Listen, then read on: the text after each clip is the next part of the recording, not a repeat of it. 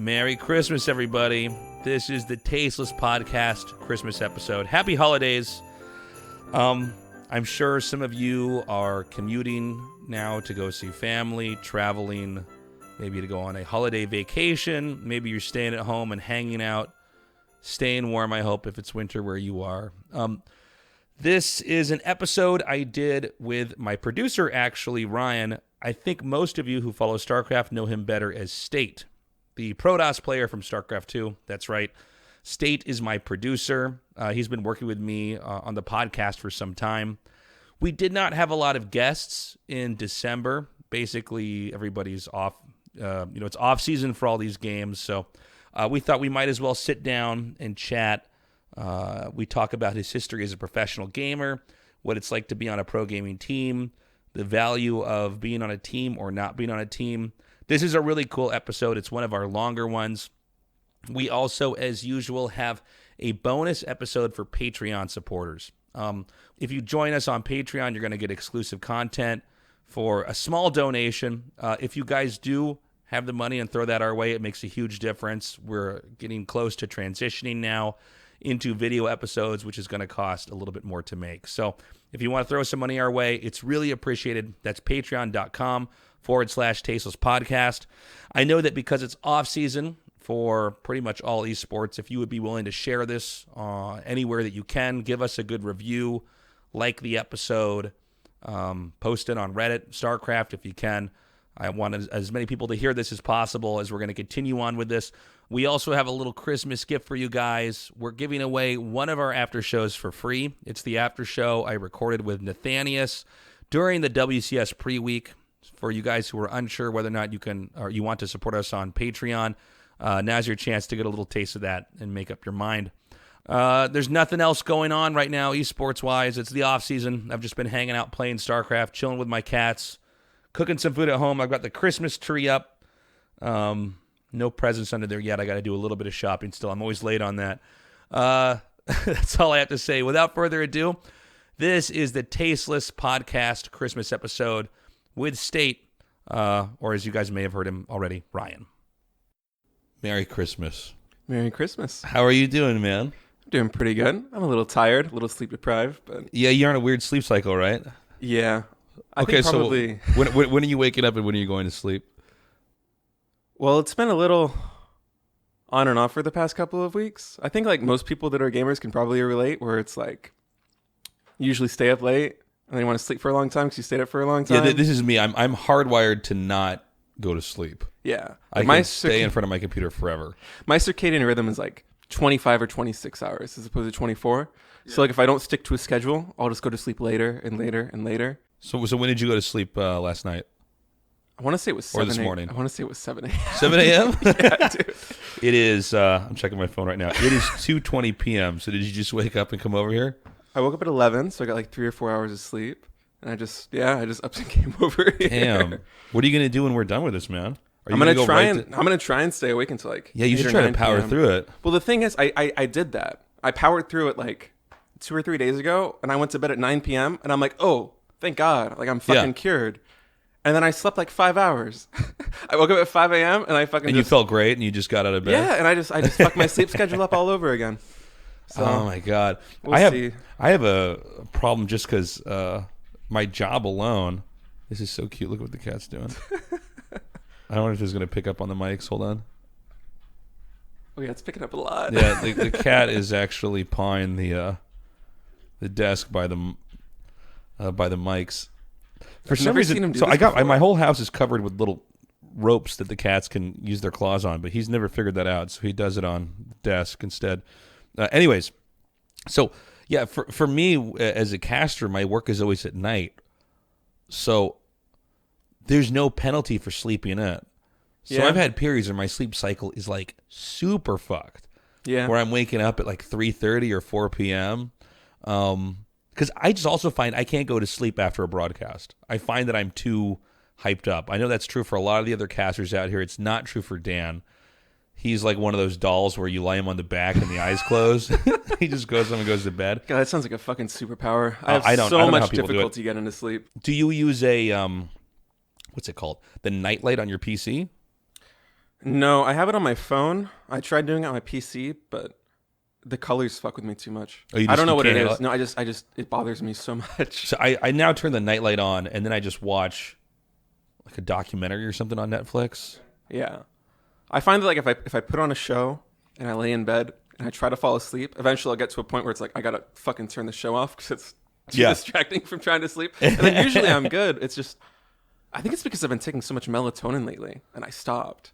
And so now my body's just like it fucking needs it. So you're in like a melatonin withdrawal. I take melatonin a decent amount, actually. Yeah. That stuff is rough.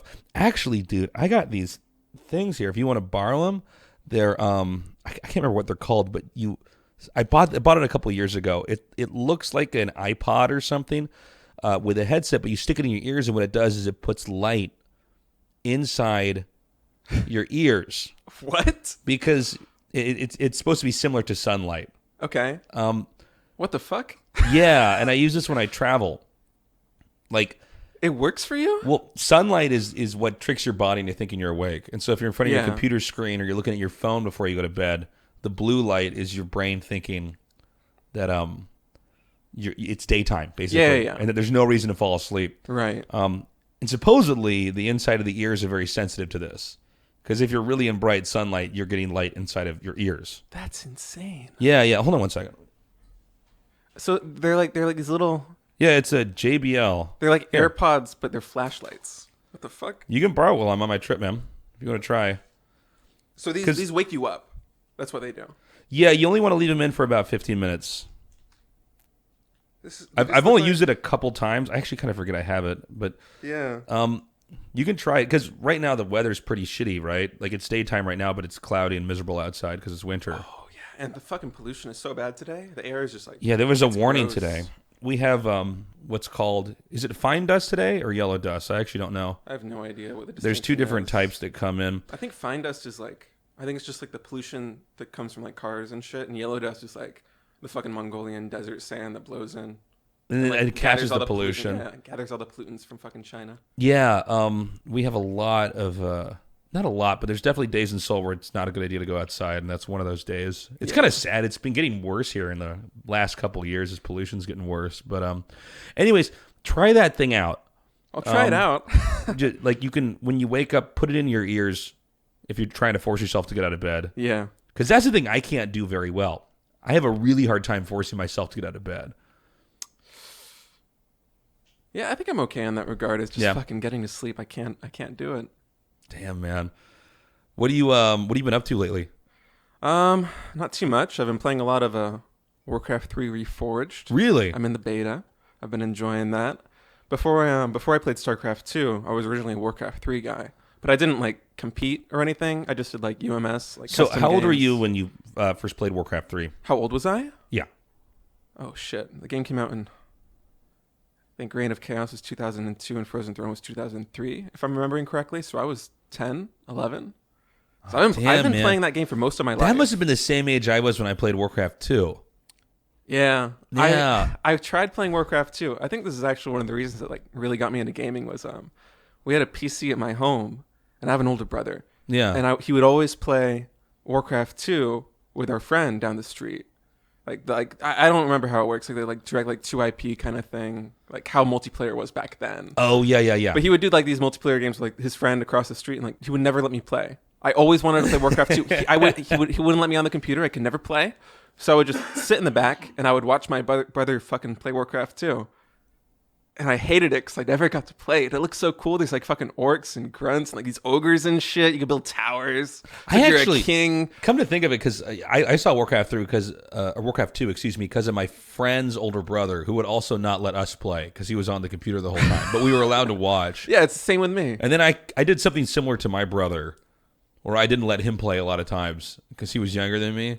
So then I was forced to watch a lot of the times, and then we ended up getting in fights over the PC. And eventually there had to be a second computer that was bought. And then you got into Warcraft 3, but that was UMS, you said? Use map settings? Yeah, like I did a little bit of ladder, but like I was a shitter. Like, I was like 10 Yeah. or 11 years old, you know?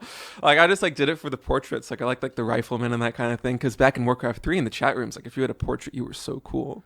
That's right. That's Yeah. when they put that feature in. Yeah. Like, I cared so much about that as a little kid. Oh no, I guess they did that in Diablo 1 and 2 as well, didn't they do? I'm not sure. I wasn't too much of a Diablo guy. I never got into Diablo. Yeah. I did. Well, that's not true. I did Diablo 1 super hardcore, like a lot. Okay. I was so into that.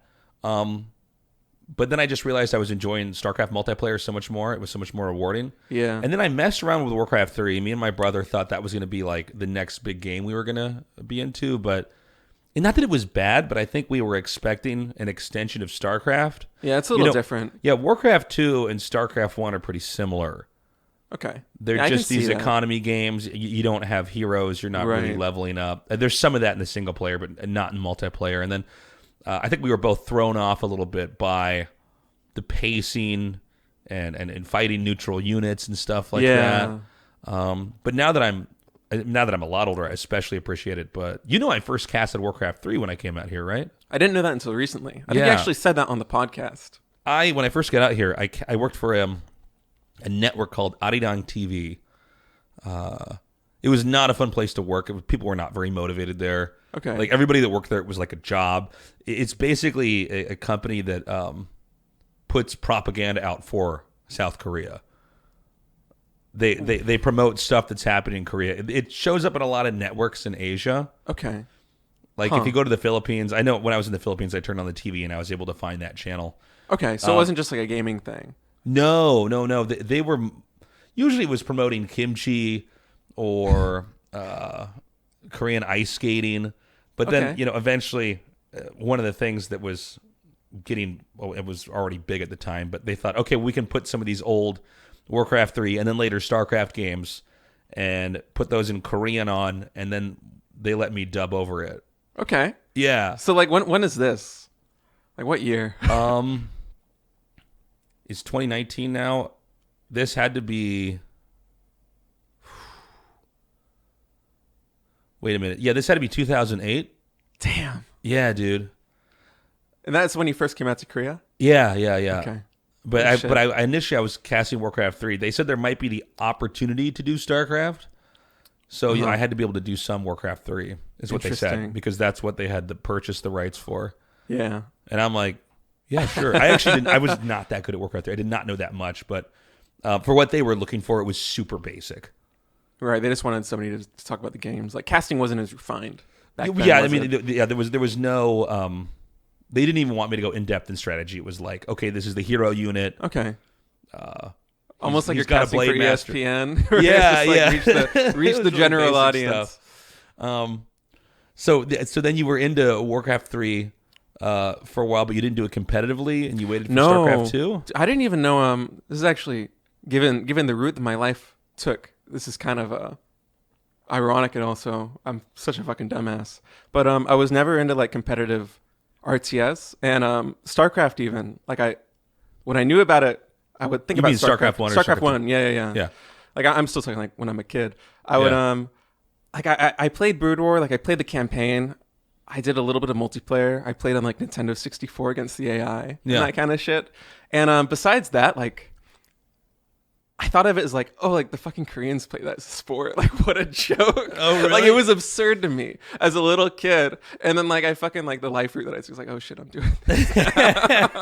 So when you knew about it, you thought it was like some lame thing that kids in Asia were doing, and that why would you bother doing that? Yeah, it's like in retrospect, like it's such a stupid take to have. But Yeah. like I was like 12, 13 years old. Like I vaguely knew about this kind of thing. Well, then how old were you when StarCraft 2 came out? I think it came out right after I graduated high school. So I think I was 18. Okay. You didn't go to college, right? I went to college. I went to community college for a little bit. How long were you in community college for? I started taking community college classes when I was in high school. I think like junior year of high school. Oh, you're doing AP classes or something like that? I took some AP classes in high school, but honestly, like I had such a bad high school experience. Like there's a lot of family shit going on, and like I was like depressed, and Well, my let's teachers talk about high school. I sucked. fucking hated high school, dude. Yeah. It's so weird now that I'm an adult real. I mean, now that I truly know how much nothing in high school mattered at all. Yeah. Especially when you go back to your high school self and you think of just how important everything seemed Right. at the time. How Honestly, I think like if I were to go back to high school with some more perspective on life, or just like not even the experience that I have, like the personality that I have now, it would have been fine. I would have had a good time, you know. Oh yeah. But just like there was just if we so went much back to high shit. school, we would have dominated, man. Yeah. Well, I think that's true We for could have made basically a great teen movie, man, where we disguise Yeah. ourselves as high schoolers and go back. But like there's like puberty and like everyone's got like family drama and shit like that, and like you're trying to figure out like who you are and what you want to do. And Were you in private high school or public? no, high school? public high school. Public high school. Yeah. I went to all boy Catholic. Tuck your shirt in. High school, man. It was just I'm struggling to imagine you in that kind of scene, because like I imagine like Little Nick, and Little Nick is like counterculture kind of. Yeah, like it was a little punk rock, Nick. Yeah. Well, that all came on going to Catholic school, man. Yeah. It's suppressed. Me rebelling against all that. Yeah. Nah, I mean school sucks. I know that you have to go. I don't even know if you really have to go to school. It's one of the weird things. I guess you have to be somewhere while your parents are working. No, like schools. Like I don't have like a hot take on school. Like school's good. High school's good. Yeah. Do you regret not graduating from college or spending a long time in school? I don't think that I would have. I'm happy with the route that my life took. If I can go back, I still wouldn't continue college. I probably would have quit sooner. Yeah. You know, I don't regret not pursuing any educational career path. Yeah, that's one of the weird things about when you're really young, is a lot of people tell you that you can't become educated unless you went to school. Yeah. And everything that I've learned now that I'm not in school and I'm just working in the real world is it's like that's not the case at all. You can I think it depends on what kind of field you want to go into. Yeah. Like for us, like it's esports. Like you're not going to really get a lot of general knowledge that'll assist you with this in school. You know, like maybe if you go into like public broadcasting, or if you go into like public relations or business. But I mean, it only applies in a very kind of general roundabout sense. Whereas like if you want to be like a computer scientist, like you want to be a software engineer, like school can be pretty good if you don't want to be completely self-taught. Maybe I should rephrase what I'm saying, because like, for instance, right now I'm technically in school. I'm back studying Korean again, right? Yeah. I'm not against. But that's not like college learning. Though. Yeah, Count. what I was trying to get at was college. Right. College. Okay, like yeah. University. Yeah. Because you can always take classes on something. Right. Like, it's never too late to do that for, as far as I could tell, almost anything. Yeah. Probably next year when things settle down a little bit for me, I'm probably going to start taking Korean classes out here again too. So It's good, man. yeah. You didn't study directly that much, right? You just dated? I took yeah, basically. I took one class at EY University, which is a women's that's the all girls women's university. That's but not far so from. I used to live right by there. Yeah. You used to live in Shincheon, which is where I live now. Yeah. But I am not a woman.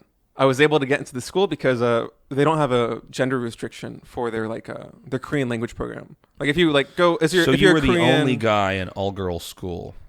kind of like Living there the were some other guys that were doing this because like it's just like it's actually they have a really good language school. Like I think like Yonsei University focuses a little bit more on like grammar and writing, and EY is more about speaking and like being functional in like day-to-day life. And that's what I needed. But I took that class, and that was like 3 years ago. And I'm pretty sure like I just like fucking like failed it. Like I did not pass the class. But the thing is, A lot of people bomb out of those. yeah, it was the one Even though class, they come out speaking Korean, which is very weird. It was the one class that I took, and I bombed it. And then after that, I started dating, and I think probably what was problematic for me was I had lived in Korea for like 4 or 5 years when I first took that class, and so I had a pretty good general knowledge in terms of like day-to-day life. Right. So when I did the interview with the teacher to kind of like get placed, we just did it all in Korean, and it was completely fine. But it was for me really easy conversational topics, right? Like it's me introducing myself, saying that like where I'm from, why I came to Korea, why I'm going to school. It's really easy shit. Yeah. And so they're like, "Oh, you're good at Korean. We'll place you in like level 3." And then I got into the class, and there's like I didn't know any of the vocabulary. Yeah. There was so much like grammar constructs because it's very different from having a conversation. Like being conversational in Korean is not the same as being book smart in Korean. Like I had better conversational Korean than my classmates, but they did so much better in the class than me. Yeah. So after I started dating, I was able to start applying some of the grammar and vocabulary that I learned in the class. And so it's almost like it was like a preliminary part to just like getting into a Korean circle of friends, because I started dating, and then I started at the time I dated a girl that didn't really speak any English, and then I became friends with all of her friends who didn't speak any English. Yeah, really. yeah. And so it was kind of like this little stage of osmosis where I was just like hanging out with these people. We would go to like picnics on like the Hanggang on the river out here in Seoul. And I would just listen. Like I was just like that guy. Like Yeah. I would like contribute very little to the conversation. Yeah, but you were just kind of picking it up. And Yeah, I was absorbing it. listening. Like I was very focused, like more than I would be like if I was actually engaging. I was just like trying to break everything down. Yeah, like somebody yeah. would say something and like pull it up on my phone, like going like the English dictionary, and like I would try and type it in, that kind of shit. I'd be like, hey, how do you spell this? This is funny talking about this now because I find your Korean to be totally functional out here. Oh yeah, my Korean is Yeah, you so don't much have any better now than problems. it used to be. Yeah. Yeah, I mean like dating non-English speakers will kind of do that for you. Like, Yeah, you get forced into that role. That's how Wolf Yeah. got good, man. it's Wolf was just dating around in Korea for a while, and he wasn't letting the language get in his way, and eventually, and I think he's got a special brain for it. I think you have this too, where you're able to wrap your head around language better than some people. I thought that maybe, but the thing is, like, I took the equivalent of 4 or 5 years of Spanish. And like, Oh high no, school I and did this college. with French in school. I don't speak any French. I have no idea. I have no idea. No, I have no idea what happened in those language courses in school when I was. But I don't know that I was at all interested in learning that language when I was in the States. I was interested in learning Spanish because when I was in high school, I think almost every single one of my friends was Hispanic. Because I'm from California, and I just got with that friend group. And so like I would go to my friends' houses and stuff, and like first generation immigrants. Yeah, And like yeah. like my best friend was this Hispanic guy. His parents were from Mexico, and they didn't really speak any English. So I would go and like I would try my broken fucking Spanish with them. And we'd try to have these like little cute conversations, that kind of thing. And it's like there was a motivation there where it's like, oh, like I'm socializing with people that speak this as like their primary language, but it just didn't click with me. I think like I just wasn't developed enough. Yeah, but I guess if you're actually in a country where everybody's speaking one language that's not your own, then you're much more forced to do that. Where there could be more novelty in learning Spanish. Right. Actually, I didn't keep up with that friend after I went to Korea, and I ran into him a number of years later when I was visiting California again. Yeah. And I went to go see his parents, and like this was a high school friend, so it had been like 4 or 5 years since I had seen him. And I was trying to talk with his mom in a little bit of Spanish, and not only had my Spanish gotten worse, but she was making fun of me because I had an Asian accent whenever I tried to speak Spanish. Because my brain defaulted to like try to pronounce things in like the non-English way, which is the Korean way. Oh, yeah. So I would just have like a thick Korean accent trying to speak like very basic Spanish. And it's just like the most absurd thing is like this white kid from California trying to speak Spanish. He has like this Asian accent. Like, what is going on? So when you first moved to Korea, then you had obviously no Korean language ability, None at whatsoever. all, right? This is the same for me. I when I was hired to come out here, it was like I had I think a week to decide, Yeah. and so I just bought my ticket and just came out here. And it was similar situations for you as well. I came out here in 2012. I was on a North American gaming team called Quantic, and I had made it my goal to go to Korea for a while because the scene was just so much more competitive out here. Yeah. It's kind of, there's almost been like a shift in this where like now European Zergs are very competitive. Like they can compete with the Koreans better than any other foreigner has in the history of StarCraft 2. Yeah, of Like all even, StarCraft. Actually, yeah. Like you go back to like Jinro and Idra and Huck and like the old days of like the GSL and like MLG. And I think maybe, I guess I should qualify this because now I'm thinking about it. Huck did win. He won like a home story cup and a DreamHack and an MLG back to back to back. And there were all these Koreans competing in those events. But with that exception, foreigners have never been better at StarCraft 2. Right. And Huck doing that was amazing because foreigners in general were terrible compared to the Koreans in the early days of StarCraft 2. He was on OGS? He was on I think he trained at the OGS house but was on Liquid and then EG. Okay. I don't think he there ever was a actually collective house. Quantic had the same thing with StarTale. Right. Where, we partnered with StarTale.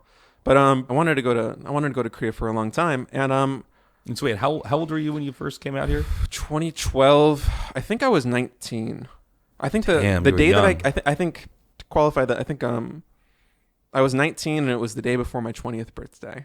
Okay. Because I came here on, I remember very vividly because I came here on September 23rd, 2012. And I came here with Illusion, who was my teammate, because we had both qualified for the first ever World Championship Series. We're both going to represent America in WCS, which was a little bit different in structure there. It was a lot more national. So like every tournament, like we did our qualifiers at MLG, basically. Like every tournament had their own little national, or every country had their own little national tournaments. So we qualified. We were among 3 or 4 representatives from the United States, and we went there to train. So I flew out with Illusion, and I remember I was so sad because it's like September 23rd. It's the day before my birthday. I flew out. I got to the StarCraft house. I knew none of the players. I spoke no Korean. I was just like, I'm just not gonna tell anybody it's my birthday. I can't handle like the social thing of like first like arriving in Korea, not knowing anybody, and then just you were too shy to tell them it was your birthday. I wasn't particularly shy back then, but it was. Or did you like, feel like it was just like it's too like, much hi, to bring I'm up? here. I'm here, and this is my also, birthday. it's my birthday. Let's celebrate. Yeah. It's just like if I were to go back and do it again, like I would be like, Koreans are pretty good about birthday celebrations. Yeah, but it's a very big change. Like I had never been outside of the North America at that point in my life. Oh, so was this your first time abroad ever? I had gone to like Mexico. Like across the border, like it's like Tijuana, that kind of thing. Okay. But like that doesn't really count. Right, doesn't count. Yeah. That's like a day trip kind of thing. Right. Like, we were like in LA or San Diego. I was like, oh, let's go to Mexico. Went to Mexico, came back same day. Right. So it was my first trip abroad, and I grew up in like a single family household, and we were poor as shit. It's like we never ate out. Like we never had like ethnic cuisine of anything. My mom would just like make spaghetti and macaroni and cheese. Okay. Yeah. And shit like this. So it was my first time eating Asian food, really. I had never eaten with chopsticks before. So it was a big This is the shift things for a me. lot of pro gamers have to deal with when they come out here is chopsticks. Yeah. And the food. And then occasionally the diarrhea they get from the food because their bodies aren't used to it. Well, I feel like that's just a general thing. Like not the diarrhea specifically, but just like every time that I try, like the first time I went to Europe, I got like a light cold. First time I came to Asia, like there's just so many pathogens. It's certainly not a knock on Korean cuisines. I love Korean food, but if you're not used to a certain type of diet, your body can react very poorly. Yeah. So it was a really big difference for me. So you come out, you are in this team house. Are you the only foreigner at the time? I was there with Illusion, but Illusion was a Korean American, so like he could speak some Korean, you know. Right. But and I know that when Artosis moved out here, because he came out here under very different circumstances, he was assigned to live in the Eastro team house, which was a big StarCraft 1 team. They also had, at times, the best Counter-Strike 1.6 team in the world, based off some tournament results. Like, they won WCG, I think, twice. So Artosis coming out kind of like an Idris situation, where he was coming out as a pro to train and compete? No, he was coming out here to work. I think it was in the journalism department, but he had ulterior motives to be a pro. Okay. So a lot of people come out here as pros and end up working in esports. He did the opposite. He was trying to do the opposite. So he was running Ascension, which was an online league that he was casting. At the time, I was doing commentary. I picked up for WCG USA Finals, did that, went to Singapore, and I was kind of picking up random gigs. And so when I got flown out here, actually, I flew myself out here to work with Arirang TV initially. Mm-hmm. I was just the guy that had the resume of doing live stuff, and I was going to be dubbing over live events. Right. At the same time, Dan had been doing this online casting, and he was hired for, I can't remember the larger parent company's name, but he was hired, I think it was IEG? Yeah, IEG was the name of the company. They owned Eastro. I believe later on they acquired what is now Spo TV. Okay. So did Dan came out here after you then? Yeah, he was a little bit after me. Okay. Because I remember very specifically when he flew in, and I remember thinking, "Oh my God, Artosis is in Korea." Wow. Because at the time, I forgot. Like everybody knew everybody back then. It's like StarCraft 1, right? Yeah. And there would be periods where Rotterdam was randomly in Korea. Wait, you knew Roddy back then too? Yeah, because holy shit. Oh yeah, because I would see him at events. Like there'd be a Warcraft 3 event because there would be StarCraft there, and StarCraft was always like the leper. Oh, I see. Compared to Warcraft 3, Todd I knew back then. He'd be in Korea. I'd hang out with him from time to time. Yeah. Apollo came out for a while. He actually lived with me the second time he came out to Korea. Damn, I didn't know that. Yeah, I mean, It's weird because I know all of you. We'd always tease Apollo because he played Command and Conquer, which we just kind of didn't even consider to be a game. Okay, I played the shit out of Command and Conquer. Oh, That's still my favorite RTS franchise. I love the game and I love the single player, but we'd always joke about the multiplayer and stuff. It was broken. So Dan came out here. He was on this team house, in Eastro. And it was under pretty shitty living conditions, to be honest. I mean, it's a team house, right? yeah. Some of these team houses were less than glorious. Do you want to talk about that? Why don't you go? There's not too much to say. I guess the two big team house stories that are coming to mind is the first time I came out to Korea with Delusion. So we're at the Stars Hill house, which I can't remember exactly where it was in the city, but it wasn't in Seoul. It was kind of like in the boonies out here, and it's much cheaper to get a place in Incheon. That's near the airport where you fly in if you're coming into Seoul. Most of the StarCraft 2 pro gaming houses were in Incheon. Mm-hmm. They're actually kind of in the same area, but that's a whole different story altogether. When I came out to the Stars Hill house, Illusion and I had never been to Korea before, and we were a little unfamiliar with the mosquito thing. Like there are so many mosquitoes. There are so many mosquitoes out here. And September's like peak mosquito season. So we came in. And we were given our own little room. So there's like 2 bunk beds in the room that we're just splitting these 2 beds. And we left the window open because it's September and it's hot and humid as fuck. It gets so hot in Korea. And so like even just having a draft made things so much better. So like we had a fan and we had the window open in this tiny fucking room. And we had so many mosquito bites because the window didn't have a screen. And I can't believe nobody told us this. But after 3 days, we both got sick from the mosquito bites. I vividly remember counting from my head to my shins. I didn't make it to my feet, so I stopped counting at 60. Literally 60 mosquito bites. That's not an exaggeration. Literally 60. So we both got really sick from the mosquitoes. When we got the mosquito spray, which is like the second or third day, because we were struggling with this in this tiny fucking room, we opened the door and sprayed the mosquito spray, like half a fucking can. Sprayed it for like a full minute and just closed the door and just came back 15 minutes later. And we were just picking mosquitoes off the ground. Like, whoa. More than a dozen. There were just so many mosquitoes.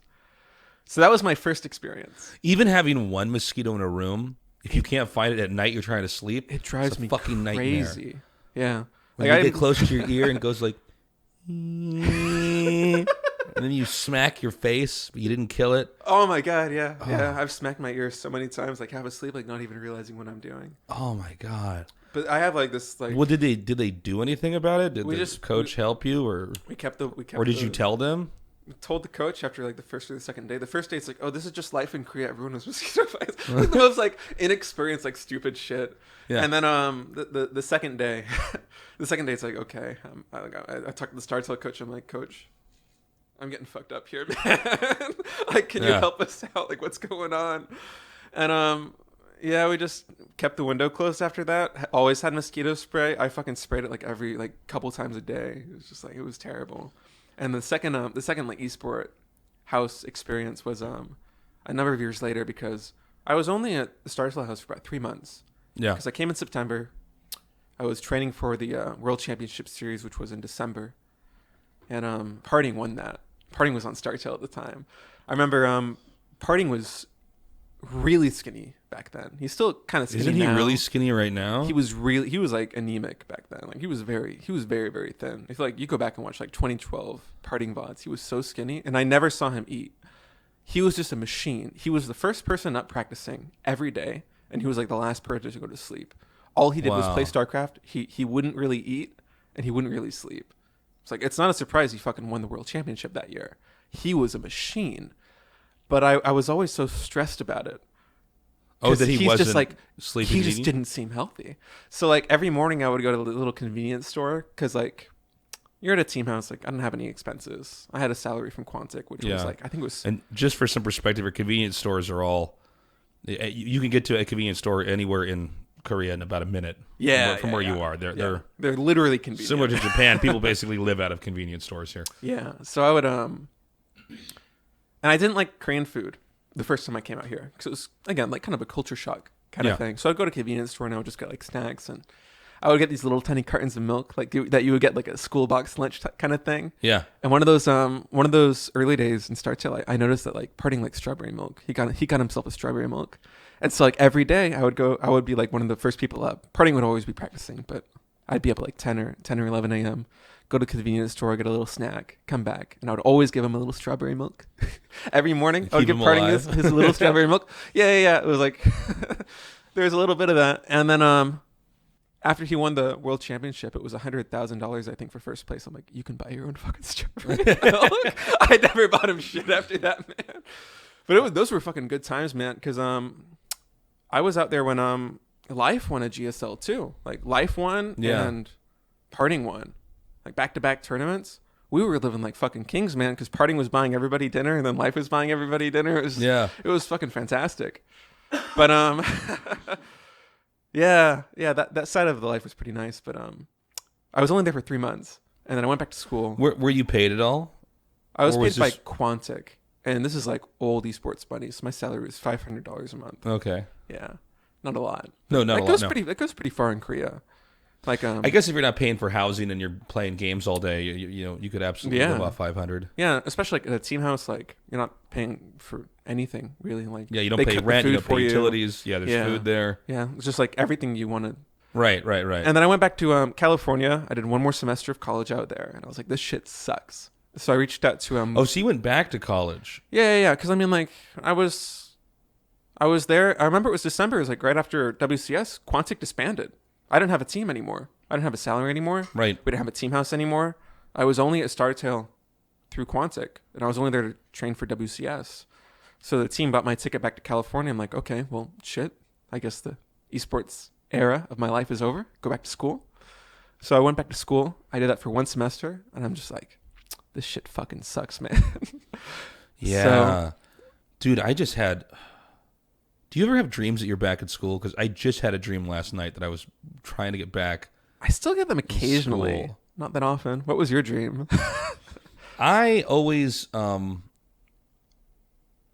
similar to you, like for me, you've only been back in Korea for a little while now. Yeah. I've been working on the podcast, but when I first got here, it was also a nightmare to get my visa because I didn't have a college degree. Yeah. And I basically dropped out to come here for work, and then I got here, and they had not bothered to ask me if I had a degree. And the whole thing was such a nightmare. And also, I think, because I went to school for a long time, I mean, I'm basically college educated. Yeah. Right? For whatever it's worth, I've gone through almost all of college. I have like a handful of classes left over. And I think there's something in my brain that because I never finished it, and it must be latent in my brain, because if you talk to me now, like as a person who's not in a dream state, I don't want to go back to school. I don't need to go back to school. Yeah, I don't either. I have a proper work visa here. I have the education that I need. If I had to get a degree, it would cost me a lot of money just to pay for the semester, even if I were to take the extra classes and stuff. But I think there's something about unfinished business back in Denver where I went to school at Regis University that just like occasionally creeps into my dreams where I'm back there trying to finish those classes. I was just wondering, do you have anything similar to that? Because I've talked to some other people who did not finish school and have similar experiences. I still have I still got like high school dreams. Nothing like college. Really? Okay, you get high school dreams. But the high school dreams, it's not like anything like weird, like socially, which is like what you might expect from a high school dream. Yeah. It's like me forgetting like my homework for like AP World History or something. Or it's like getting ready for like I had this one nightmare scenario where, God, this is like so fucking 2010. But I was like 18 years old, senior year of high school, taking AP Art History, and like 40% of our grade was over the course of the year, because it's a year-long class, AP Art History at my school. Over the course of the year, you're basically compiling a book where you take a couple art pieces from every era that you study, and you basically write about them. And so I was doing all of this digitally on my computer, and for whatever reason, I think it was what was that really old, like not BitTorrent, like the music pirating website? No. It's some Napster. Napster. Yeah, my brother was always downloading shit from Napster. Yeah. Computer was fucking loaded with viruses. Oh yeah. My mom Yeah. took it to Geek Squad. Again, this is like so 2010. My mom took it right to, after you guys went to Blockbuster. Like, how fucking old is this story? My mom took it to Geek Squad. They fucking wiped the entire hard drive. Oh no! Right before I had to turn this shit in, my grade dropped from like a C or a B to an F. My teacher was just like, "I'll give you a D." Like, I'm not gonna fail you. I'll give you a D because I needed the credits to graduate high school. Like my senior year of high school was such a shit show. Really? That's why I was taking community college classes. I was just like, well, fuck it. I don't give a shit about these high school classes. I'm just gonna take community college classes because I could take shit like astronomy and psychology and physics. Like, it's so much more interesting. Yeah, interesting stuff. So I was failing high school classes, and I didn't give a shit about it because I can transfer the credits from community college. Yeah. I'm like, I don't care. So I still get nightmares about like, fuck, I lost the file. I have no, like, I lost all of this like year-long fucking dozens of hours of just like composing this shit. Oh, It's like I get dreams like that where it's like, oh, like I'm getting ready for a final. High school for me was a nightmare. It was terrible. There was a period in high school I had a 1.9 GPA. Like, I was on the verge of being kicked out. And I just never did my homework. I had the exact same thing. And I don't know. It's weird because if I have to study something now or learn something, I can learn it fine. But there was something about school, like I couldn't bring myself to do the homework instead of, for instance, in this case, literally just playing StarCraft. I would play all night. I would sleep in class. I would sit in the back of the class. I'd sleep in class. And I never knew what was in my backpack. Wait, what? You know what I mean? I didn't know. I would get to class. I wouldn't know what fucking books were in there. Like, did I bring the right books to class? I wasn't paying attention, you know? I was trying to get to the next class to sleep. I'm even surprised I got into university. I got in on a interview. Damn. I think. And my high school was a Jesuit high school, and it was a Jesuit college. I think not a lot of people applied for it, so I got in there. But I kicked ass in college. I actually enjoyed it. Yeah, because my community college experience was pretty good. But high school was like a fucking shit show for me, man. From sophomore year on, I had like probably close to you, like 2.0, 2.5 GPA. Like, it was a shit show. Yeah, it was just, it's so bad. I remember, like, I graduated high school, but I remember thinking, like, I'm so close to getting out. Like, my senior year, I'm like, I'm just so close to being done with this shit. Yeah. I never want to come back here. Yeah. Nothing is worse to me than high school. But I don't have any weird dreams about it anymore. Yeah. Even though I loved college, I loved going there because it was like, I don't know, everybody was nice in college. I was in a super sportsy bro jock atmosphere in high school. You were in a 4-year, right? Like, you didn't go to community college? I was in 4-year college. Yeah. I was so demoralized from how badly I fell off at high school. I didn't apply to a single college. I didn't even try. Wow.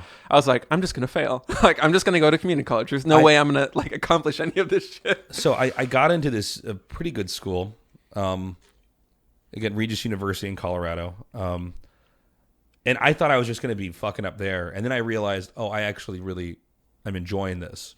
I think I got in trouble my first year. I had really low grades. And then I just realized, okay, I need to figure out my major. What did you end up majoring in? Philosophy. Okay. Yeah, minor in psychology.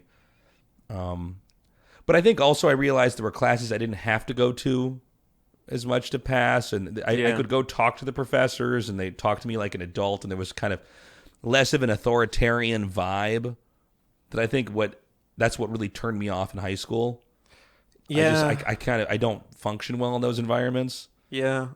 High school teachers especially can be like really hit or miss. Like, some of them are definitely there just to like get a paycheck. They don't do what's shit. Funny is the longer you live out in Korea and meet more teachers, people are teaching kids out here because there's a large expat population out here teaching. You just realize, these are just young people that have the same shit going on. That everybody else does, and some of them hate kids. Some of them hate the school. Some of them are trying to figure out what they want to do, and they. My high school biology teacher, I want to say at least half of the classes, by no exaggeration, he just played episodes of CSI. Really? We just had open book quizzes. Those are the best classes, though. I didn't learn shit. I can't believe he had his job. Like, this must have, like, other teachers must have, like, the faculty must have known. Like, he gave no fucks. Yeah. Like, it was the most ridiculous shit. I mean, Oh my but God. but when you're in What school, a class. but when you're in school at that age, that's like the best. That's like the best thing that can happen. That was the one class I got an A in sophomore year. Yeah. I had something like that in a biology class my freshman year where he actually just showed us a lot of documentaries. Frankly, it was probably better to do that than to, try to plow through this book or, documentary is just more stimulating as it is. So you went back to school. Uh-huh. And did you just quit and go back into gaming, or what happened there? Yeah, so like 2012, 2013, I went back to school. I did it for a semester, and I was like, I wasn't interested in the classes I was taking. Yeah. And it wasn't working out. And I was like, you know what? Korea was fucking dope. I Yeah. want to go back out there. And I was friends with Blitz Dota, who was a pro gamer at the time. Now he's a commentator, I believe. I don't really follow Dota too much anymore. But he was training at the FOU house when they had a Dota 2 pro gaming team.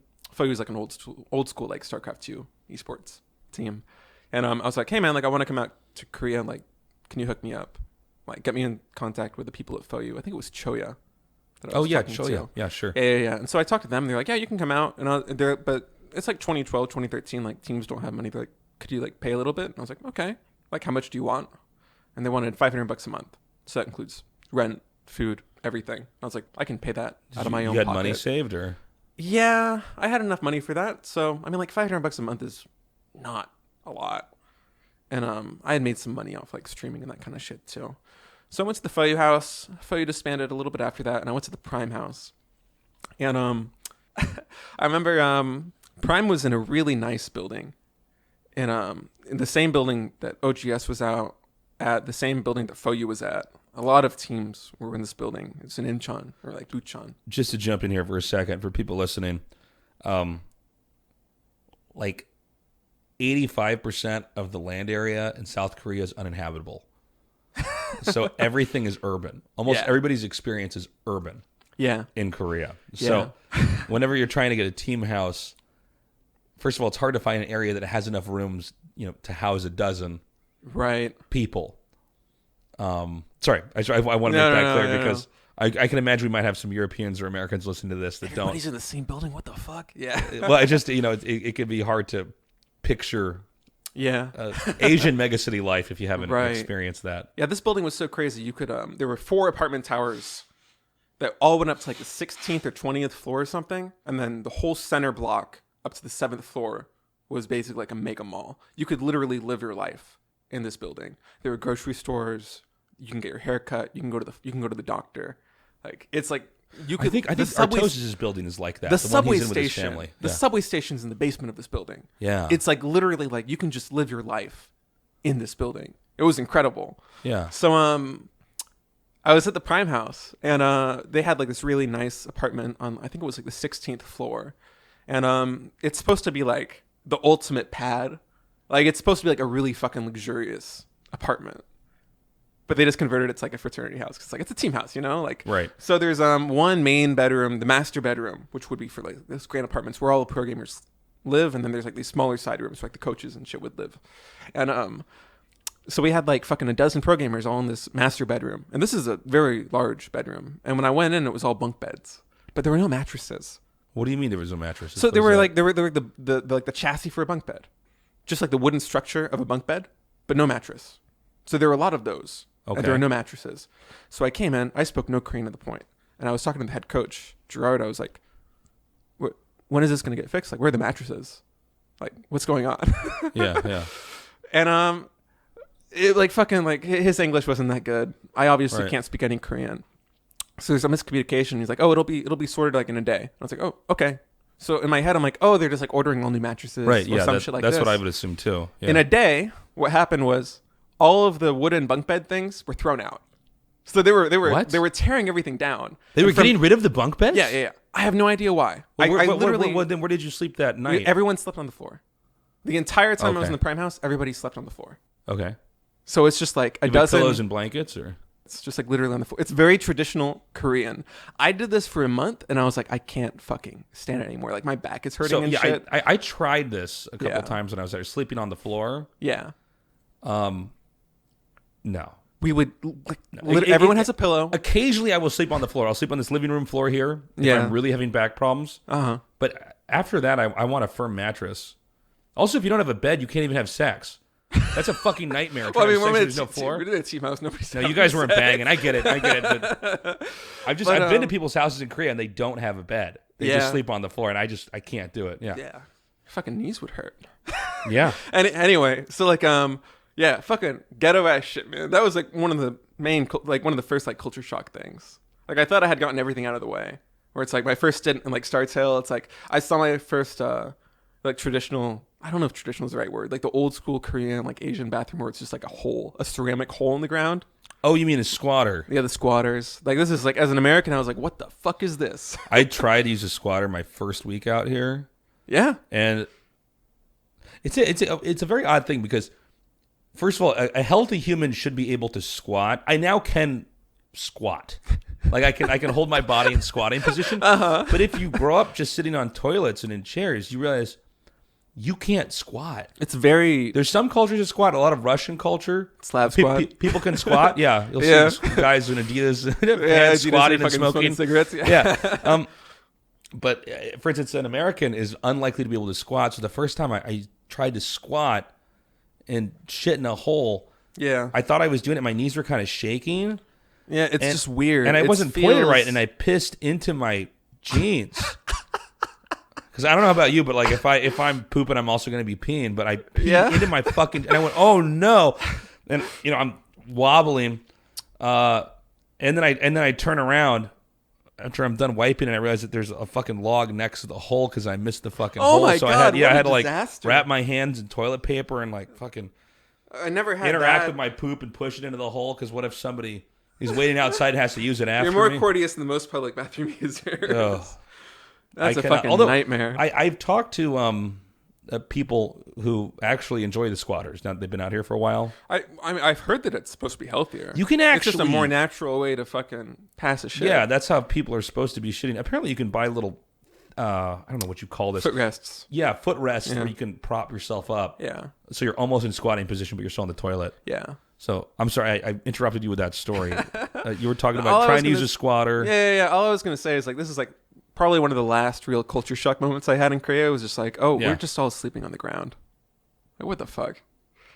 After like a month of it, I splurged and I spent like $150 on this little tiny like 1.5 inch thick mini mattress thing because I couldn't handle it anymore. It was awful. I suppose if you grow up sleeping on the floor, your body's just used to that. Yeah, like I said, like it's really traditional. Like it's not something that's like people who are listening to this should assume it's not a hazing thing or some kind of no, like all of us. I think Marine King splurged and also got himself a little tiny pad. Nice. But yeah, that was an experience. So I came back to Prime, and after about so we're talking about how we got a little sidetracked, but after school, coming back to Korea and resuming like pro gaming, after I trained with Prime for about a month, I was playing all the internal ranking games. It's like, well, you're staying here, you're practicing with us, you might as well play the ranking games. Can you say what explain to the people what an internal ranking game is? At the time, Prime was competing in StarCraft 2 Pro League, which I believe the format was 4 1v1s. So it would be like if Prime was matching up against SKT, it would be like Marine King versus like Rain or some shit. And then so-and-so against so-and-so, so-and-so against so-and-so. And there's a fifth match if it's a tie, which is the tiebreaker. And so people play internal ranking games in team houses, which is basically like this is the map pool for this week of Pro League. Everyone's going to do a round robin and play like 3 or 5 games against everybody else. So this will be like a day or multiple days. We're just doing these internal ranking games, and everyone's keeping track of it. It's basically an internal ladder. Yeah, it's a tournament basically. It's a round robin tournament to determine who is most capable of competing in Pro League. And after I joined, I don't know if they weren't expecting this, but after I joined, I actually did really well in the internal rankings. At the time, Prime was struggling quite a bit. It was like the bottom placing Pro League team. They were basically the lowest tier out of what was maybe 9 teams at the time. But like Marine King was really good. Maru was on this team, but he was very undeveloped and unrefined as a player. Like Maru is now arguably the best StarCraft 2 player of all time. A lot of people believe that. But at the time, he was so young. He must have been like 14 or 15. Like, he's still very young. I think he might have been younger than that even. Yeah, maybe. Yeah. I don't really remember, but yeah, he was still developing. So even though like the roster of Prime was quite good on paper, it just didn't deliver in the Pro League format. And after about a month of the internal rankings, I remember we were putting our shoes on to go get dinner, and again, like, I've only been in Korea for in total maybe like 9 months. Like the 3 months at StarTale, then the time at FOU, and the time at Prime. So I don't speak any Korean. And like I'm trying to get by with like the Korean pros. Like we're speaking like really broken English. But like the coach Gerard, for example, like he didn't really speak English. So there's a lot of miscommunication. And we're putting our shoes on to go get dinner. And Gerard's trying to explain to me. He's like, I asked him when I should pay next, and he's like, "Oh no, it's okay." I'm like, "What do you mean it's okay?" He's like, "No, like you're Prime now." I'm like, "Wait, what?" He's like, "This is how informal it's happening." He's like, "No, like you're Prime." I'm like I'm on the team. He's like, "Yeah." I'm like, wait, just to clarify, like to make sure I'm understanding properly, like I'm on the team now. He's like, "Yeah." I'm like, "Okay." It was like the most nonchalant shit. We're putting our shoes on to go get dinner. Like there was no like press release. Like it's like the most like fucking. He's like, you don't have to pay anymore. Like you're doing well in the internal rankings. Like you're just on the team. So through those internal rankings, you basically fought your way into permanent status on the team. Yeah. So it was the most head scratching moment for me, where it's like, wait, what the fuck? Because I wasn't even expecting it. Right. Yeah. I was like, well, I'm like, maybe if I like do well enough, like I can make it on the roster. So I got on Prime. I was just like, okay, like no press release for anything. I went on Twitter. I'm like, guess I'm on Prime now, guys. Yeah. It's like the most ghetto shit, you know? Because like especially back then, like Korean teams had no idea how to market themselves or interact with like a foreign audience. They were really bad about that. Yeah, actually. So there was like that I can't remember the website, but there's like the same Korean news website that always has like StarCraft or yeah, something like that. Mm-hmm. I think that was it. So they had like the Korean press release for me joining the team, and like that was it. And then how long were you on Prime for? It was about a year. Maybe a little bit less than a year. And then after that, I was trying to transition from being a pro gamer into being a streamer, because streaming is just much more reliable income. So after that, I went through a transitionary period where I stayed at the Axiom House, which was Total Biscuit and Jenna's team. I stayed with them for about 3 months, and then the Axiom House shut down. And in a span of like a year and a half, I was at the FOU House, and the Prime House, and the Axiom House, and every single one basically shut down. It's like, oh fuck. It's a very dark time in StarCraft 2 history. Yeah, a lot of those enterprises were not doing well. Yeah, but by that point I had established myself enough that I could just get a place and start streaming, and that's basically what I did until like 2016, 2017. What was it like transitioning from being a professional gamer to being a streamer? Or what did it even feel like a transition? There was a transition, but it felt really easy. Like the training schedule at Prime, for example. So it's going to sound extreme, but keep in mind there are breaks. I can't remember when the breaks are, but we practiced 6 days a week. And I believe practice officially started at 11 a.m. and ended at 1 a.m. 6 days a week. So, yeah. We would start practice at 11 a.m. I think we would play for 2 hours. We would have a 1 hour break for lunch. And that would be like 1 p.m.-ish. We would play until 5 or 6 p.m. and then we would have dinner. And then most days we would do some kind of like team exercise. Like we'd go play like badminton or soccer, like team building kind of thing. And oh my God, I remember at the time I needed prescription glasses, but I was broke and like I didn't want to spend money on glasses. And being an American, I thought it would be a couple $100. It's actually really cheap to get glasses out here. Yeah, it's very affordable. But we would play soccer, and my vision is so poor that if somebody's more than 25 or like 50 feet away, I probably can't tell them apart if they're wearing like similar clothing. So like we'd be playing soccer and like people would like be calling for me to pass to them, and like we're not doing like team like shirts or no shirts, like there's no organization. So like people would just be like fucking with me. So like fucking like Marine King be like, State, pass. I would pass it to him and it's like, oh fuck, he's not on my team. So there's a lot of shit like that would happen. And then after that we'd wind down, have a little bit of free time. A lot of the pro gamers would go to like exercise at the gym and that kind of thing. And then from like 8 or 9 p.m. until 1 a.m. we would continue practicing. So it was a really rigorous schedule because you were expected to practice past 1 a.m. If you just did 11 to 1, the coach would be unhappy. This is a big thing in Korean culture. It happens a lot in offices as well, where you're kind of supposed to generally the rule is you're not supposed to leave the office till your boss has left. Yeah. You can leave, but it doesn't look good. Yeah. Japanese offices as well. Right. And so the idea is that you're supposed to be showing that you. It's a weird thing because I think they're even trying to make some laws in Korea to make it not as much of a thing. It's as counterproductive. It's counterproductive, yeah. Like people actually it's acting like you care, but Yeah. you're not really doing anything. People are more productive when they're healthy and they're happy, and working 50 to 60 hours a week does not make a person healthy or happy, or by extension productive. It's archaic. Noni in StarCraft 1 had similar problems. Was he also training at a pro house? He was in Eastro. Okay. And he's just somebody who I guess sleeps more than normal. I'm one of those people too. He was happy to wake up at a specific time, but he wanted to go to bed earlier, and there was some pressure from the coaches. And he just thought, what the fuck, man? This is like so obvious. I need to sleep. Yeah. Like if I sleep more, I'm going to play better. I had the same problem at Prime because like practice would officially end at 1. Most people would stop playing at 2. Yeah. And we have to be at our computers practicing at 11.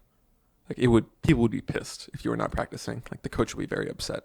So usually up at 10 or 10:30 because you got to eat before Right. you do that. I think like breakfast started at 10.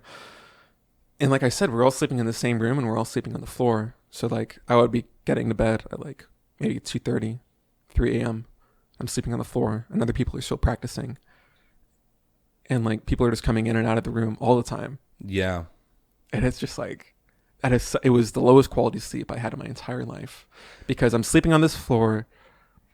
I'm at most getting 6 or 7 hours a night, and I'm constantly being woken up by people getting up to go to the bathroom. You can hear the computers, because like the bedroom is, there's a thin wall between the bedroom and the main practice room. You were probably in an old building as well, which wasn't as soundproofed, right? I think it actually was a pretty modern building, but like, come on, like fucking like four programmers. If like everybody else is sleeping, but still like 4 programmers like on their fucking like mechanical keyboards at 300 APM, fucking like Shiba, like playing fucking like cursing out their opponents and shit. It's it's a mess. So the schedule was really rigorous. I remember one of the first months that I was on the team, I had a date in Seoul on a Sunday. Sunday was our off day. Yeah. And I figured, like, it's a Sunday. Like, fucking, I need a Sabbath, man. Like, I need a break, right? And so, like, I went on this date, and I probably left at, like, maybe noon to go to Seoul, and I spent some time in Seoul, and I went on this date, and I came back at maybe, like, 10 or 11 p.m. And the coach was, like, furious with me. He's like, where were you all today? I was like, oh, like, I was in Seoul. I had a date. He's like, why do you have a date? I was like, well, it's like Sunday, like it's our free time. He's like, you should be practicing. I was like, we're not on schedule today, man. Like, and that was the last time I ever went on a date in a fucking Korean pro gaming house. I never took another Sunday off after that. This seems to be almost like the early days of Korean pro gaming houses, and I'm talking like StarCraft 1 early days. So we're talking like 2000, like early 2000s? Early 2000s, okay. Yeah. Mirrored a lot of what K-pop, not team houses, what the fuck do you call this? Like these K-pop groups where they're trying to get a K-pop I don't know shit about squad. This. So a lot of these people are under the same rigorous standards where they have to practice dancing all day. They don't go to school. They're encouraged or sometimes made not to date. Okay. That makes sense. And just shit quality of life. Yeah. You know, I think it's also why there's a high suicide rate among some K-pop stars, as you know, they get into this for so long. I think a lot of the StarCraft 1 team houses mirrored some of this. You know, they had kind of picked up from that model and brought it over. And I think especially in the early days of StarCraft 2, it was like that. And not in all houses necessarily, but some. It sounds like the one you were in was similar to that. Yeah. I feel like most pro houses were like this. But going back to the transition from being like a programmer to a streamer, because my practice schedule was so rigorous, training for StarCraft 2 Pro League, going into a consistent streaming schedule was really easy. Like I was streaming, I think my schedule was Monday to Saturday, so 6 days a week, just like at Prime. And I think I did it from 10 a.m. to 7 p.m. It's 9 hours a day, 6 days a week, 60 hours a week, which on paper sounds like it's fucking crazy. It's a long time to be streaming, but relatively, that was pretty fucking easy compared to what I was doing at the Prime House, you know. And I was doing it at home, and it was less pressure. I did a lot of like I think I was probably the only StarCraft 2 streamer at the time that would get more viewers when they weren't playing games, because I would go on break and I would like pivot my webcam and I would like cook fucking like sandwiches and shit, or make Korean. You do this. You saw this? You saw this back in the day, man. I would like make like Korean barbecue and like that kind of shit. My viewership would go up whenever I went on my fucking breaks, because I would just be cooking food. So yeah, it was really chill, and I did that for, I want to say, about a year where I was streaming, and the time that I wrapped it up, which was, I think, timeline's a little hazy, I think it was like December 2016 or 2017, one of those years. Out of curiosity, since you've lived both worlds, yeah, I mean, just as a hypothetical, if you were to be a competitive player right now, do you feel like you need to be on a team, or do you think that you could do it just as a streamer? And before you answer, the reason why I'm asking is that there's so much talk about this on forums, Korean forums and non-Korean forums, about were team houses good, are these necessary? And a lot of the best StarCraft 1 pro gamers, and I'm using StarCraft 1 in this case because it's going to make sense by the end of my example. Okay. These guys were all on these rigorous pro teams, basically identical to what you were doing. But now there are no StarCraft 1 team houses. All these guys stream on Africa TV, and a decent amount of them make enough money that they are just streamers like what you were doing. Yeah. So these players have lived both worlds where they were consistently making a living in the two and still playing at the highest level. What is your view? Do you need to be on a team house? Do you need to have been on a team house to then stream full-time and be a pro gamer, or does it matter? What's your take? So I think the StarCraft 1 example is interesting. I'm not going to tackle it from the financial perspective, because that's a whole nother beast in and of itself. If you're not going to make it as a streamer, you're probably just not going to be able to. Yeah, that's why I was trying to use StarCraft 1, like Flash and stuff, because he makes a living streaming, where a lot of people, it's a grind, and they don't make enough. Yeah. I guess I can speak to me personally. I definitely was more financially successful streaming, but that's just because I didn't accomplish much as a pro gamer in terms of earnings. Like I didn't make a lot of money. As far as practice goes, I think StarCraft 1, going back to this, there aren't really any, there's like no team houses for StarCraft 1, right? Like that's just not a thing anymore. So the playing field is just even. Well, I think it's also that, from what I understand, they don't want to be on a team house. Yeah, but also like we're talking about people that are now like in their mid to late 20s, a lot of them. Early 30s. Mid 30s. So these are people like with lives, with relationships. Yeah, they don't want to live in a house with a bunch of guys. Yeah. So I would say, from like a competitive standpoint, I think team houses are so much better than training on your own. I don't think it probably doesn't work for everybody. I'm sure like it varies from person to person, but I would say by and large, if you want to excel as a pro gamer, being in a team house is the best way to do it. There's something about sitting side by side with all of these top players and being able to watch their games in real time and see how they handle things in real time and discuss with them in real time and get instant feedback like that. That's just almost impossible to do in any other medium. Like, yeah, that's right. You know, it is an online game, but proximity seems to be everything. Proximity is huge. When I first came out here, and I was mostly just casting Warcraft 3 and trying to get into StarCraft 1, just going out to dinner with people who are playing made such a big difference in my ability to play on my own, and just having some feedback or being able to queue up and being able to talk about it, meet up for a beer afterwards and talk about the game was huge. I would actually posit that the reason why Koreans primarily are not as, they don't have as much of an advantage over foreigners anymore is the lack of team houses. I think that's probably the reason, because the playing field is even again. Like, imagine if, hypothetically, if there was a StarCraft 1 team house where, like, I don't really know StarCraft 1 programmers that well, but imagine, like, Flash and Rain and all these other top pros are training in this team house, like half the population, like maybe a dozen players. What they do often now is they just all queue up a game together in the same stream and rotate and talk. I don't know if that counts as the same thing, though, or if that's more of a way that they're all kind of helping each other make money by streaming together, because there seems to be a more collective streaming strategy Right. For StarCraft 1, for everybody to kind of make money off each other. They have matches that people pay money into, like show matches that the person wins the prize. Then they stream that online, and also Africa TV has a different business model than Twitch, in that Africa TV doesn't ban restreaming. Oh, So this is something that people, I think nobody knows about, because the people that watch Twitch just are not. Even people at Twitch don't seem to be aware of this. But so what, you can just completely straight re-upload. You can open up somebody's somebody stream. else's stream. It's on not your like stream. it's not like YouTube where you have to transform the content by adding your own commentary or take on it.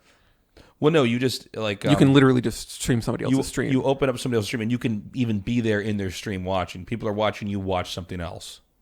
Huh. And you can talk. A lot of ASL and its success, and its numbers are very good, is like, for instance, Flash can open up his stream while it's going on and give his own thoughts and commentary. Huh. Nobody's blocked from doing that. I see. Which it seems to have worked well for Africa TV. Is just there is no the best content is made to win, if that makes sense. Yeah. Maybe, and also people get introduced to other streams through this way. I know Twitch has hosting and stuff like that, but this is a little bit different. Right. Yeah, that definitely seems like a good structure.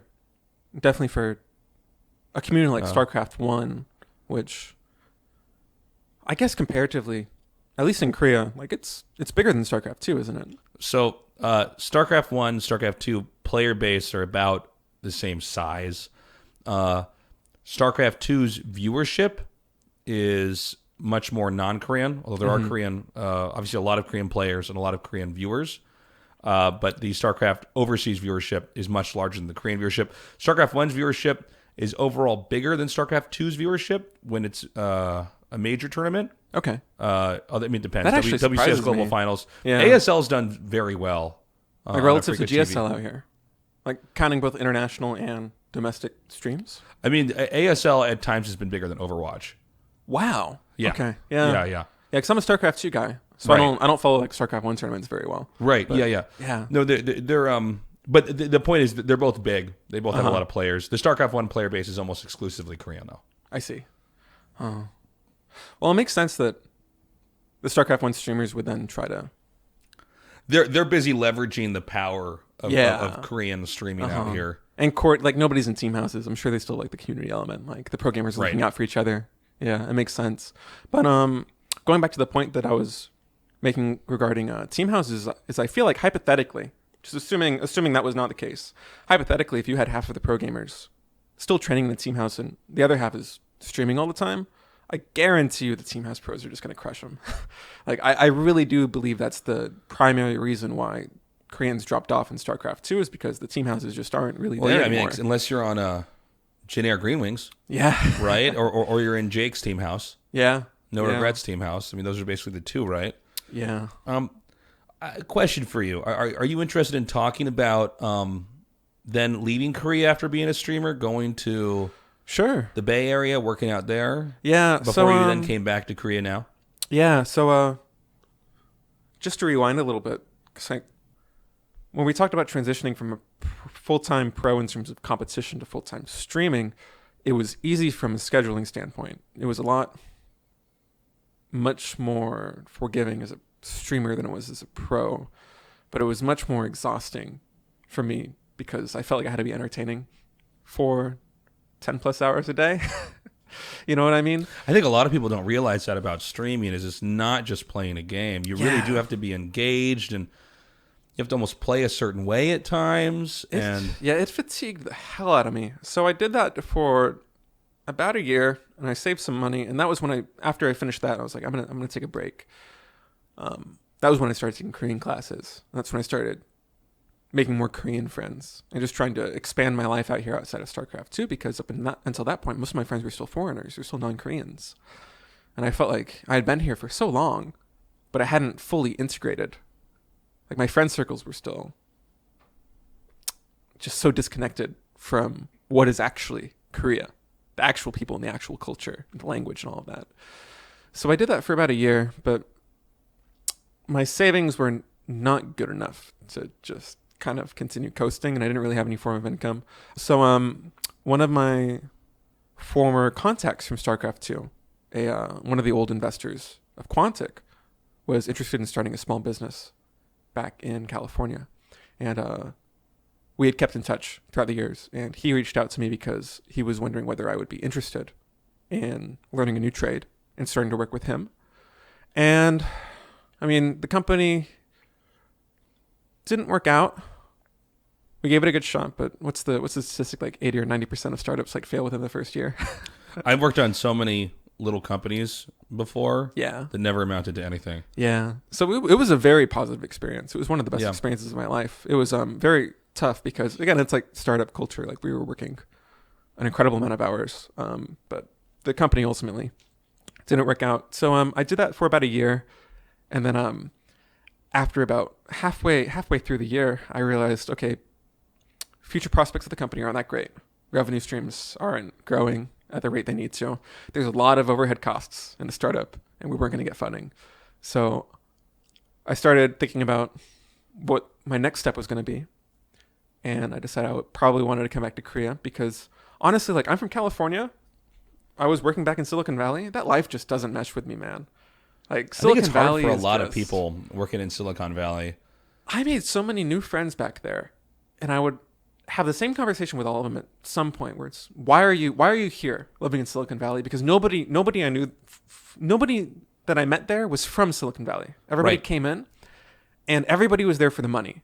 There's no other reason to go to Silicon Valley except for the money, for the industry, for the job prospects. And that does not make for a good life.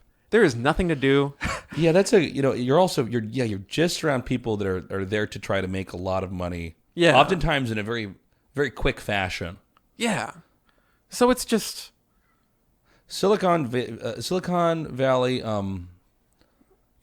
Las Vegas,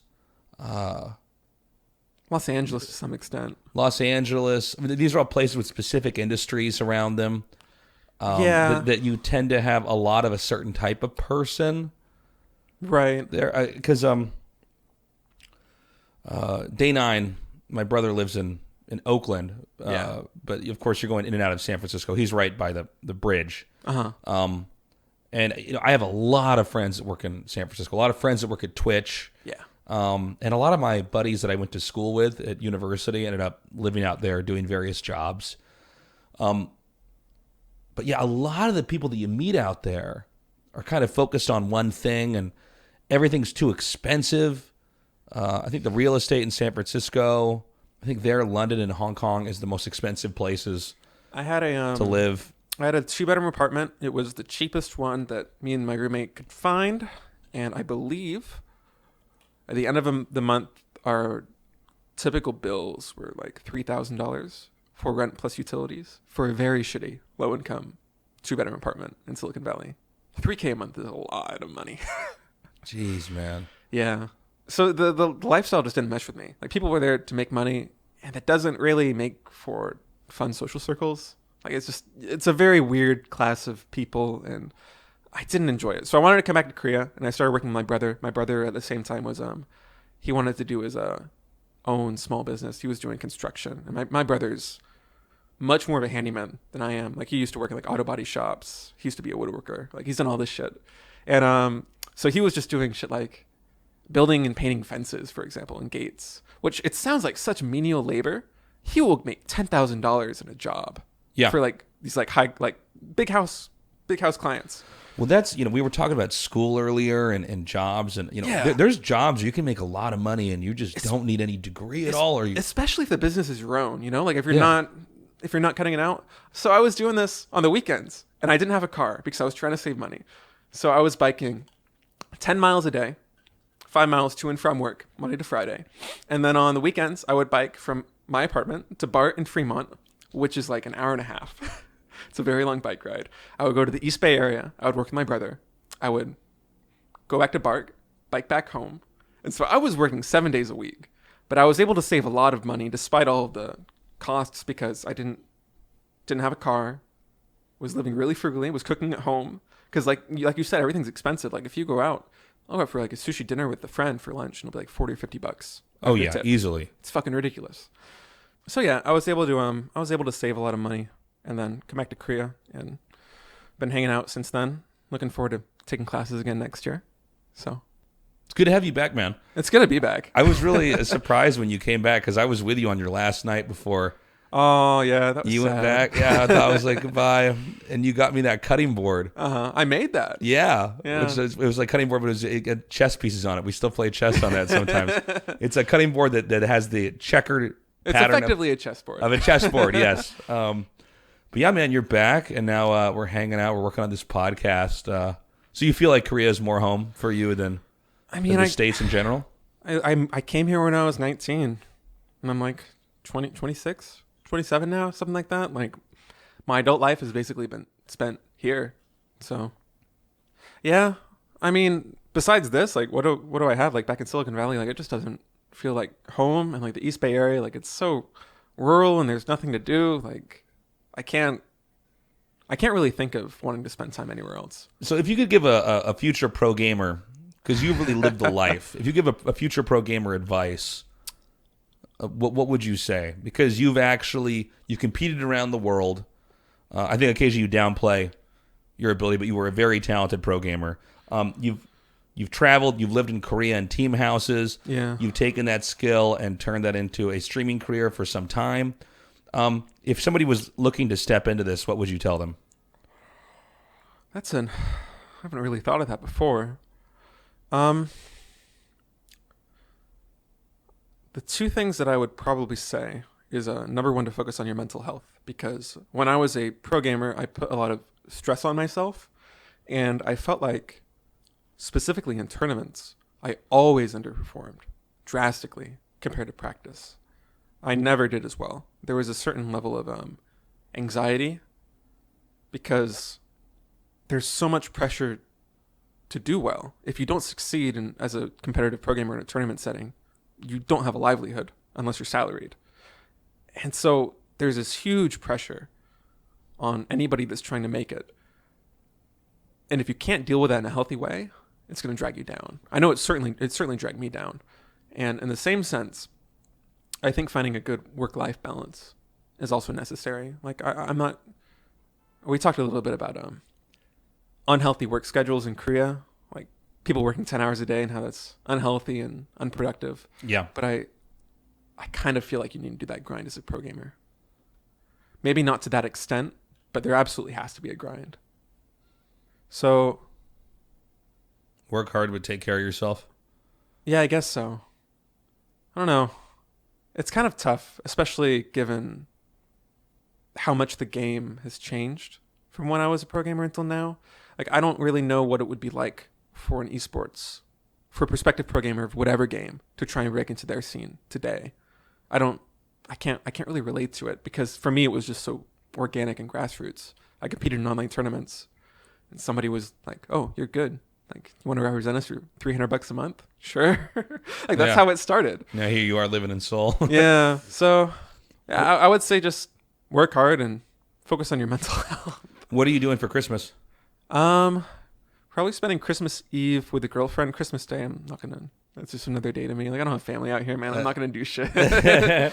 Sometimes taking a holiday alone can be the best, though. Yeah. I had one Christmas break in college where everybody in my entire dorm went home, I think, except maybe one other person in the dorm, and me. And I just had a whole little Christmas break just to myself. I was totally alone. Sounds nice. It was nice, man. I go on little walks and go to the convenience store, get some food, come home, watch a movie, play StarCraft. Yeah, Choose thought Korean Thanksgiving was like that for me too, because like all the Korean pros at team houses, everybody leaves. Just at the team house that's when alone. Seoul empties out and everybody goes and sees family on Korean Thanksgiving. How about you? You're going to Thailand. I'm going to Thailand. I'm going to be on an island. It's going to go be with fun. my girlfriend and some friends. It should be pretty cool. Definitely more interesting than my Christmas plan. I've done Christmases in Seoul, but this time around, I have no work this month, so I thought, yeah, might as well. I might as well get out, and the trip's gonna be pretty cheap, anyways. Yeah. Well, thank you so much for doing this, man. No problem. Merry Christmas. Merry Christmas to you too. And I guess we will be going to the after show now. Okay. For Patreon supporters only. Only for Patreon supporters. That's all for the show. Bye-bye. Thanks again for listening, everybody. I hope you guys have a really nice holiday. You get to relax, whether you're with family or friends, you're just taking some time off to chill out and hang out. I hope you guys are also going to have a great New Year's coming up here as well. Be sure to be good to each other. As we always say, please support us on patreon.com/Tasteless Podcast. We are going to be upgrading the show to video very soon. That's going to cost us a little bit more. So if you appreciate what you're hearing here and want to support us, it really does go a long way, even if it's just a little bit. This podcast was produced by our superstar, State, also known as Ryan. I'll see you guys again soon. Take care. Bye-bye. Special thanks to our top Patreon supporters, Seth Rohit Sambadi, Charlie Cheever, John Kernicki, and Tyler Tebow Baggins Rodsack.